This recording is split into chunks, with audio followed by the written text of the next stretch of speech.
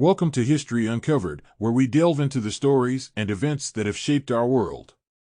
If you're a fan of history, be sure to hit that subscribe button below.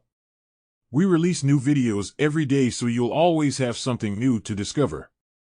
By subscribing, you'll be the first to know when our latest episodes are released, and you'll be supporting us in our mission to bring fascinating stories from the past to a wider audience. In this episode, we journey back to the heart of the ancient world, to the sprawling expanse and unmatched might of the Roman Empire. We will be exploring the life and reign of one of its most celebrated emperors, a figure whose name is synonymous with military prowess, civic development, and a golden age of prosperity, Trajan. Trajan, a name that resonates with grandeur, an emperor who expanded the empire's boundaries to their furthest reaches, and in doing so, left an indelible mark on the world. His reign, characterized by monumental architectural feats, vast military conquests, and a vision for a united and prosperous empire, has etched its story into the very fabric of history. From the bustling streets of Rome to the distant lands of Dacia and Arabia, we will trace the footsteps of this remarkable leader, delving deep into the annals of time to uncover the truth behind the marble statues and inscriptions.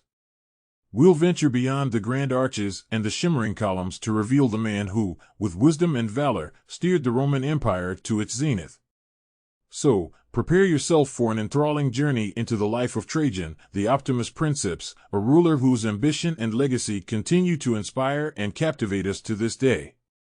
Born on September 18, 53 AD, in the Roman province of Hispania Baetica, specifically in the Municipium of Italica, which today lies in modern-day Andalusia, Spain, Marcus Ulpius Trajanus hailed from a town established in 206 BC by the renowned Scipio Africanus. At the time of Trajan's birth, Italica was a modest settlement, lacking the grandeur of baths, theaters, and amphitheaters, and governed a rather limited territory. While some sources suggest he might have been born in 56 AD, the exact year remains a subject of debate.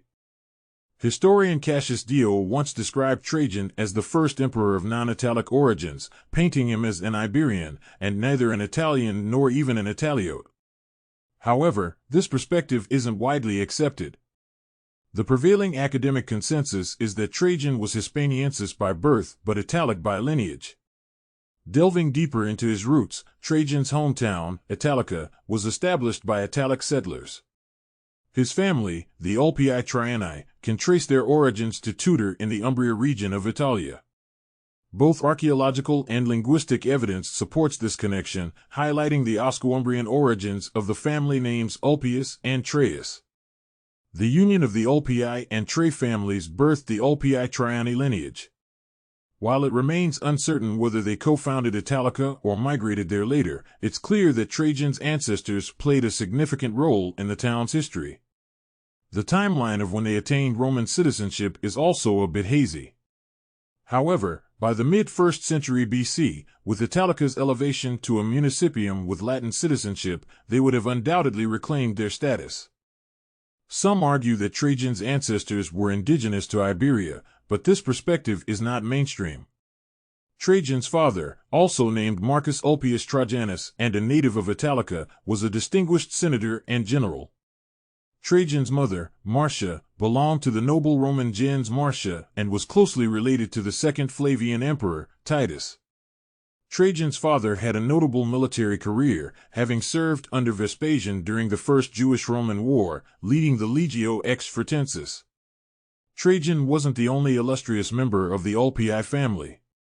His elder sister, Ulpia Marciana, and his niece, Salonia Matidia, were also prominent figures. Details about Trajan's early life are sparse. It's believed he spent his initial years in Italica before moving to Rome. Around the age of 8 or 9, he likely returned to Italica when his father governed Baetica. The Ulpii family's modest origins in Italica meant they had to forge alliances, not just in Spain but also in Rome, to establish a robust power base. Their Roman residence, the Domus Traiana, was located on the Aventine Hill. Recent excavations in the Piazza del Tempio di Diana suggest the discovery of the family's lavish suburban villa, adorned with intricate decorations. As a budding young soldier, Trajan swiftly climbed the military hierarchy, serving in some of the empire's most tumultuous frontier regions. Between 76 and 77 AD, while his father governed Syria, Trajan took on the role of tribunus legionis. Following his father's tenure, he was seemingly relocated to a Rhine province, where, as Pliny suggests, he saw active combat. Around 86 AD, a personal tragedy struck Trajan's family. His cousin, Aelius Afer, passed away, leaving behind his young children, Hadrian and Paulina. Trajan, along with Publius Acilius Attianus, took on the responsibility of co-guardianship for the orphans. By his late 30s, Trajan's rising star shone even brighter when he was appointed ordinary consul in 91 AD. This early honor might have been influenced by his father's significant contributions to the Flavian dynasty's rise. It was during this period that Trajan introduced the architect Apollodorus of Damascus to Rome and wed Pompeia Plotina, a noblewoman from Nîmes. However, their union did not bear any children. Historical records, particularly those by Cassius Dio, shed light on Trajan's personal life, suggesting he had a preference for young men, a deviation from the typical bisexual behavior prevalent among the Roman elite of that era. Emperor Julian humorously remarked on Trajan's inclinations, jesting that even Zeus would have been wary if his beloved Ganymede had been near Trajan. As societal norms shifted during the Severan dynasty, Trajan's alleged relationships with individuals like the future Emperor Hadrian, actor Pylades, and even his predecessor Nerva became topics of discussion. Cassius Dio even narrates an alliance Trajan formed with Abgar VII, influenced by the latter's handsome son, Arbons, who performed a dance for the emperor. Trajan's early military exploits remain somewhat enigmatic. However, it's known that in 89 AD, he played a pivotal role in quelling an attempted coup against Domitian, led by Lucius Antonius Saturninus, the governor of Germania Superior. Trajan's involvement likely extended to dealing with the Chatti tribe, allies of Saturninus, before he led the 7 Gemena legion back to Hispania Tarraconensis. In 91 AD, he shared a unique consulate with Acilius Glabrio, as neither was from the ruling dynasty. Subsequently, Trajan governed either Pannonia, Germania Superior, or possibly both. Pliny, perhaps intentionally vague, credits Trajan with numerous military accomplishments during this period, without delving into specifics. Following Domitian's reign, his successor, Nerva, found himself in a precarious position. The army viewed him unfavorably, and he faced pressure from his praetorian prefect, Casperius Aelianus, to bring Domitian's assassins to justice. To solidify his standing and ensure his reign's continuity, Nerva made a strategic move in the summer of 97. He named Trajan as his adoptive son and heir. Officially, this decision was attributed to Trajan's exceptional military prowess. However, contemporary sources, including Pliny, hint that Trajan's adoption might have been forced upon Nerva. Some historians, like Alice Koenig, suggest that the perceived smooth transition between Nerva's and Trajan's reigns was a narrative constructed by writers under Trajan's influence. Interestingly, it was the future Emperor Hadrian who delivered the news of Trajan's adoption. Trajan, recognizing Hadrian's potential, kept him close, assigning him as a military tribune on the Rhine frontier. This move allowed Hadrian to integrate into Trajan's inner circle, which included influential figures like Lucius Licinius Sura, the governor of Germania Inferior. Sura, often seen as Trajan's right-hand man, held significant sway, even being dubbed a kingmaker. While his military and oratorical skills were undeniable, some senators, including the historian Tacitus, viewed Sura with suspicion, comparing his cunning to that of Vespasian's close advisor, Licinius Mucianus. It's believed that Sura revealed to Hadrian in 108 that he was chosen as Trajan's successor. During Nerva's rule, Trajan governed Upper Germany, earning the prestigious title of Germanicus for his adept leadership of this tumultuous province. Upon Nerva's death on January 28, 98, Trajan seamlessly ascended to the throne. However, rather than rushing to Rome, he embarked on an extensive inspection tour of the Rhine and Danube frontiers. This decision might indicate his uncertainty about his standing in Rome and with the frontier armies. On the other hand, it could reflect Trajan's strategic mindset, prioritizing the empire's borders and envisioning future expansions. Before this tour, Trajan summoned his prefect Aelianus to Germany, where he was promptly executed, with Attius Suburanus taking his place. This series of events suggests that Trajan's rise to power might have been more of a calculated coup than a seamless transition. Upon his grand entrance into Rome, Trajan made a generous gesture, gifting the plebs a direct sum of money. Interestingly, he halved the traditional donative given to the troops. The backdrop to this was the tension between the emperor and the Senate, a relationship that had been strained, especially considering the alleged brutality of Domitian's reign. By projecting an image of hesitancy towards power, Trajan began to foster a sense of unity within the Senate. His ceremonial entry into Rome in 99 was marked by its modesty, a point emphasized by Pliny the Younger. By distancing himself from Domitian's favoritism towards equestrian officers, Trajan aligned with the senatorial ideal that an emperor's legitimacy stemmed from upholding traditional hierarchies and morals. This allowed him to highlight the purportedly republican nature of his leadership. In a pivotal speech on January 1, 100, marking the beginning of his third consulship, Trajan urged the Senate to collaborate with him in managing the vast empire, a sentiment later commemorated on a coin. However, the reality was quite different. Trajan's reign saw him centralizing power, often bypassing the Senate's authority. Even Pliny acknowledged this, noting that the fate of the empire hinged on Trajan's decisions, as he assumed all roles and responsibilities for the greater good. A testament to this centralization was Trajan's move to transform the senatorial provinces of Achaia and Bithynia into imperial ones. This decision was driven by the need to curb excessive public spending by local elites and to rectify the mismanagement by Senate-appointed proconsuls. Upon his arrival in Rome, Trajan made a magnanimous gesture, directly gifting money to the plebs. However, he curiously reduced the traditional donative for the troops. The relationship between the emperor and the Senate had been historically tense, especially given the alleged ruthlessness of Domitian's reign. Trajan, in a masterstroke of political savvy, projected an image of hesitancy towards power, fostering unity within the Senate. His entrance into Rome in 99 was marked by its humility, a point emphasized by Pliny the Younger. Pliny's writings suggest that Trajan was a good emperor, aligning his values with those of the Senate. He wielded his power with mode ratio rather than contumacia. Pliny believed that Trajan's leadership was effective because he led by example, a sentiment echoed by many of his contemporaries. This popularity culminated in the Senate bestowing upon him the title of Optimus or the Best, a title that began appearing on coins from 105 onwards. Dio Chrysostom, a notable Greek intellectual and likely an official friend of the emperor, viewed Trajan as a protector of the status quo. Dio's vision of an ideal ruler was one who governed through a network of local notables, acting as intermediaries between the ruler and the ruled. However, Trajan was clear in his stance. Greek intellectuals were tools for local administration, not privileged partners. Pliny's letters revealed that Trajan and his aides were often wary of Greek notables' claims to political influence based on their perceived special connections to Roman rulers. Despite this, Trajan did make efforts to integrate the East into the Roman administrative fold.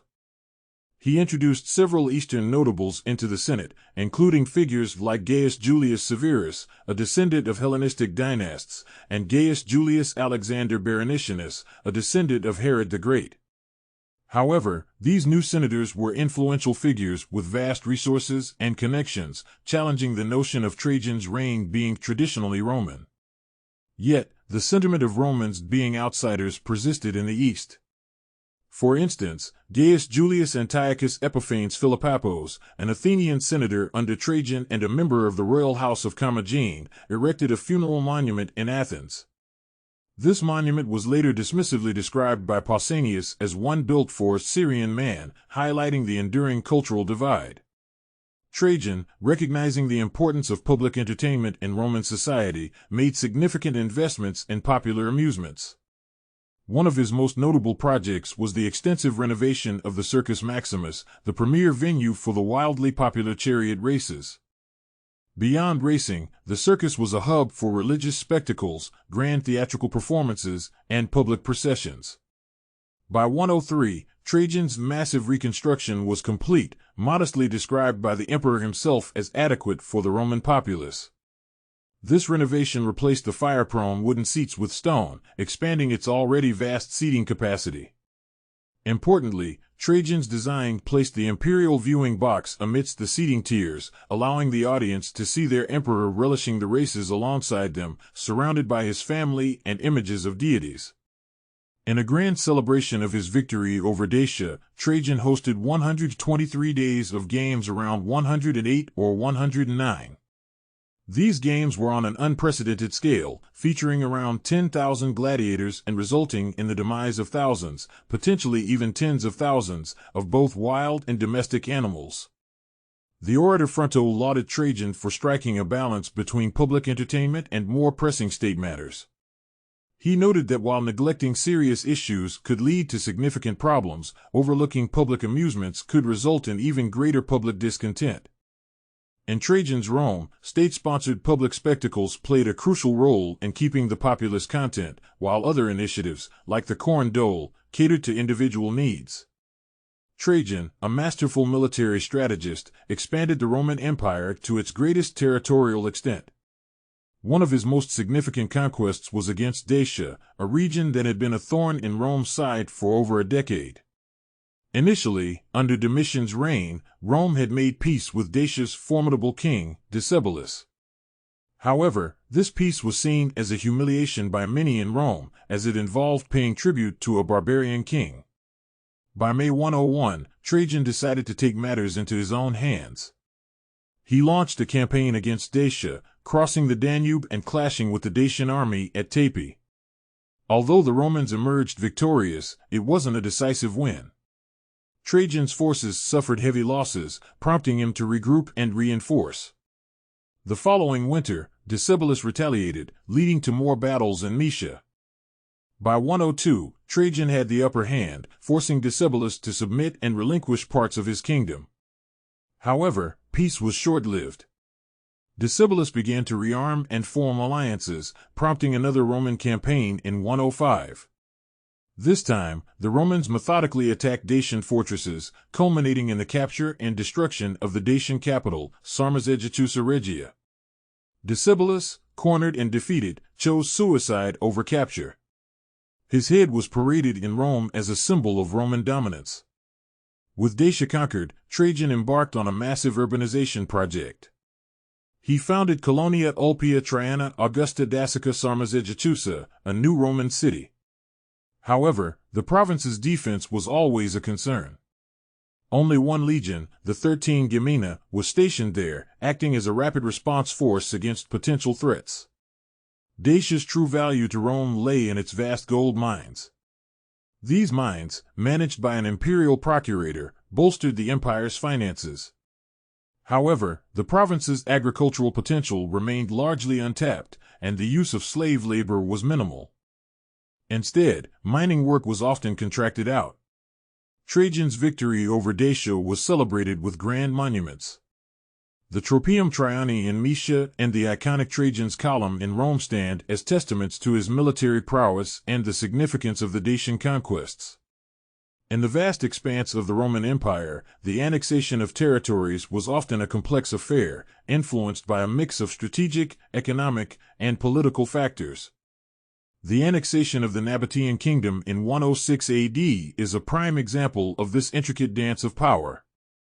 The Nabateans, with their capital at Petra, had long been a significant power in the region. Their kingdom was a nexus of trade routes, connecting the Mediterranean world with the East.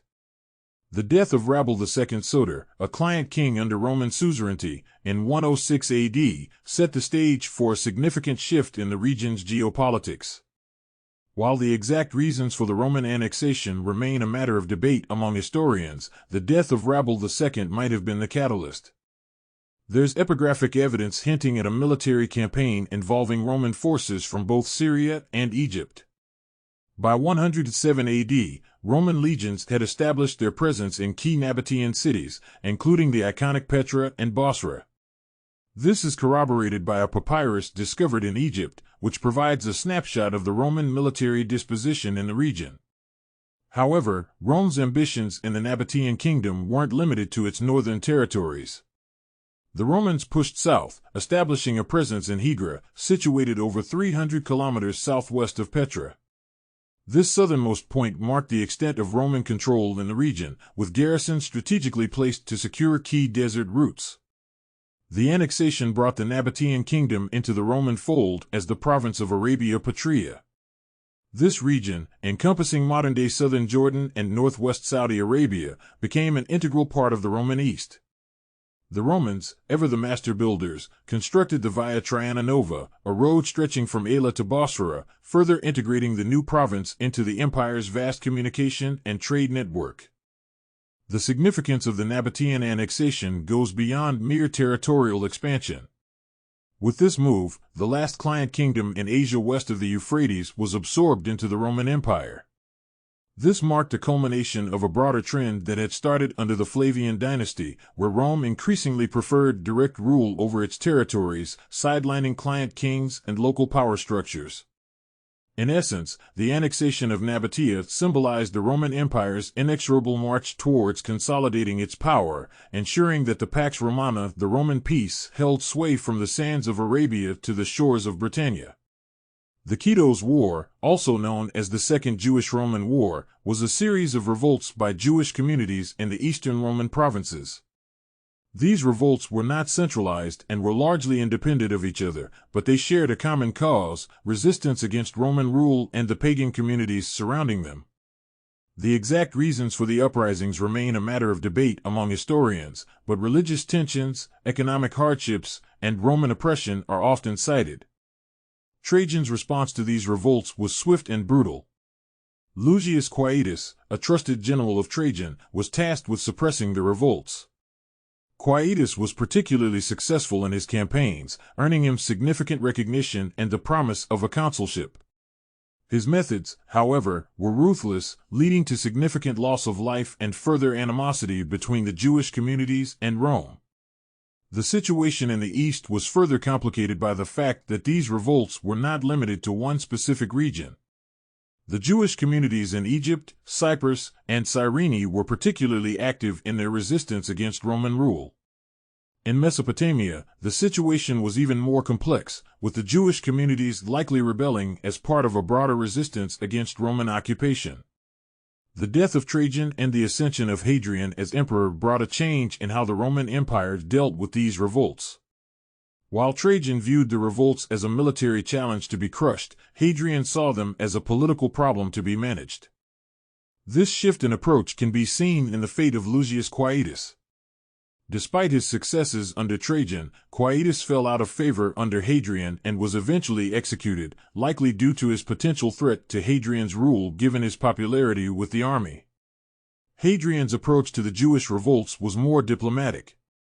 Instead of relying solely on military force, he sought to address some of the underlying causes of the revolts, including religious tensions and economic hardships. However, his policies, including the decision to rebuild Jerusalem as a Roman city named Aelia Capitolina and the prohibition of circumcision, further inflamed Jewish sentiments, leading to the Bar Kokhba revolt a few years later. In conclusion, the Kitos War and the subsequent events during the early years of Hadrian's reign highlight the complexities and challenges of governing a vast and diverse empire. The revolts also underscored the deep-seated tensions between the Jewish communities and Roman rule, tensions that would continue to simmer and erupt in the years to come. Trajan's decline in health and subsequent death marked a pivotal moment in the Roman Empire. As he sailed back to Italy in 117, his deteriorating health became evident, and by the time he reached Selinus, he was on the brink of death. The circumstances surrounding his demise and the succession of Hadrian have been the subject of much speculation and debate. Some ancient sources suggest that Trajan's wife, Pompeia Plautina, played a significant role in ensuring Hadrian's succession, even possibly going to the extent of keeping Trajan's death a secret to facilitate the transition. This narrative, however, might be influenced by the Roman societal disdain for women meddling in political affairs. Hadrian's position during Trajan's reign was complex. While he held various posts and received honors from Trajan, he was not officially adopted as his successor. Yet, his familial ties to Trajan and connections with influential figures at the court made him a likely candidate. However, Hadrian's policies as emperor would differ significantly from Trajan's. His decision to abandon Mesopotamia and restore certain territories to Parthian control was a stark departure from Trajan's expansionist ambitions. This decision was rooted in the practical challenges of defending distant territories and perhaps a realization of the limits of Roman imperial reach. Hadrian's reign would be characterized by consolidation rather than expansion. He believed in strengthening the empire from within, focusing on fortifying its borders and ensuring its stability. The territories that Trajan had annexed, except for Mesopotamia, remained under Roman control. Trajan's death and Hadrian's succession marked the end of an era of expansion and the beginning of a more defensive and introspective phase in the Roman Empire's history. The choices made by both emperors would have lasting impacts on the trajectory of the empire, influencing its policies and priorities for decades to come. Thank you for joining us on this journey through the pivotal moments of Trajan's reign and the transition to Hadrian's leadership. The Roman Empire's vast expanse and intricate politics offer a rich tapestry of stories, and we're glad to have shared this chapter with you. If you found this video informative and engaging, please like and subscribe to our channel for more fascinating stories from the past. Your support helps us delve deeper into history and bring it to life for you. And don't forget to ring the bell for notifications so that you never miss a new video. Until next time, on History Uncovered.